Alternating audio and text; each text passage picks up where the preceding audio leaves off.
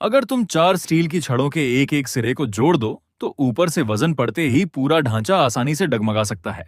तब तुम्हारा दिमाग कहता है, भाई कुछ सपोर्ट तो चाहिए। इसलिए तुम नीचे एक चौकोर फ्रेम जोड़ देते हो जो चारों स्टील की छड़ों को आपस में बांध देता है।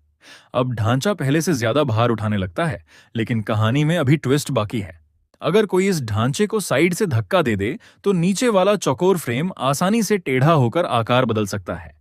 यानी वजन तो झेल लेगा, लेकिन स्थिरता अभी भी अधूरी है।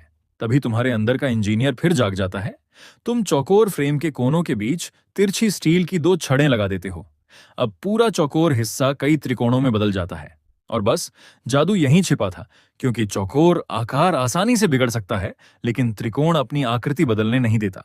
इसलिए जैसे ही पूरा ढांचा त्रिकोणों में बढ़ता है, उसकी मजबूती कई गुना बढ़ जाती है।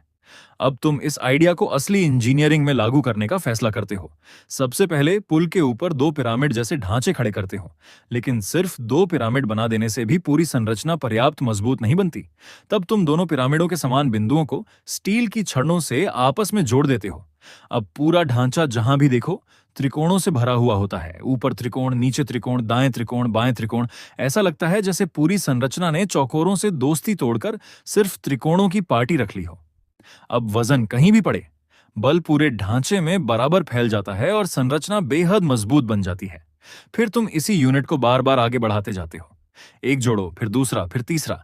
धीरे धीरे यही ढांचा विशाल पुलों, स्टेडियमों, हवाई अड्डों और बड़े बड़े भवनों का आधार बन जाता है। तो बधाई हो, तुमने अभी अभी स्पेस ट्रस यानी स्पेस ट्रस संरचना का सिद्धांत सीख लिया है।